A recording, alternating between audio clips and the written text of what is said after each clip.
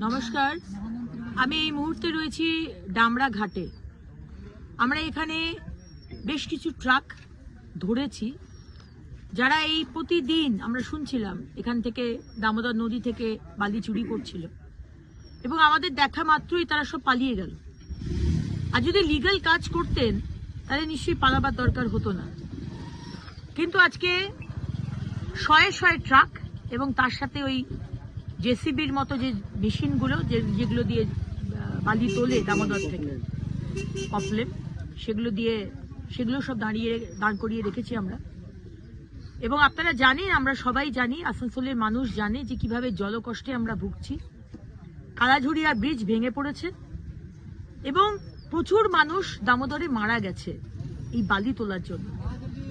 আজকে মমতা ব্যানার্জির সরকার, প্রশাসন, পুলিশ সবাই জানে যে এখান থেকে বালি চুরি হচ্ছে, কিন্তু তারপরেও কোনো স্টেপ নেওয়া হচ্ছে না। এবং আজকেও আপনারা অবাক হবেন, কমপ্লেন করার পরেও পুলিশ এখানে আসতে রাজি হচ্ছে না। আমি অবাক হয়ে গেলাম। পুলিশকে ফোন করা, বারবার করে জানানোর পরেও পুলিশ এখানে এসে অ্যারেস্ট বা কনফিসকেট করতে চাইছে না। তার মানে আমরা বুঝতেই পারছি যে এক্স্যাক্টলি কি নেক্সাসটা চলছে পশ্চিমবঙ্গে। সরকার, তৃণমূল পার্টি এবং এই মাফিয়াদের সাথে যে আপনাদের হ্যান্ড ইন গ্লাভস যে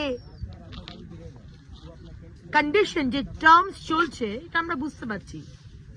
তাই আসানসোল দক্ষিণে মন্ডলের সমস্ত কার্যকর্তা যারা ফ্রি আছেন, আপনারা আসানসোল সাউথ থানার সামনে আসুন।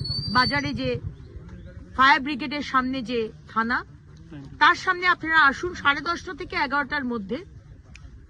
পুলিশ এখানে, ডিসি সেন্ট্রাল ফোন করেছিলেন যে পুলিশ পাঠাচ্ছেন।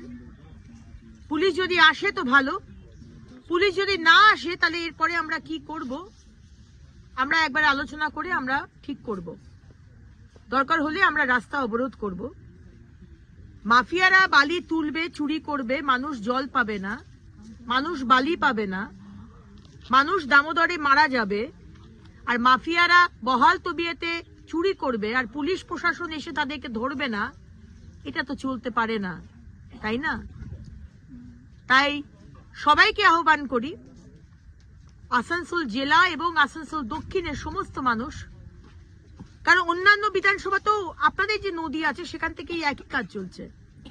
আসানসোল সাউথ থানার সামনে 10:30 থেকে 11টার মধ্যে আপনারা পৌঁছুন, আমিও পৌঁছচ্ছি।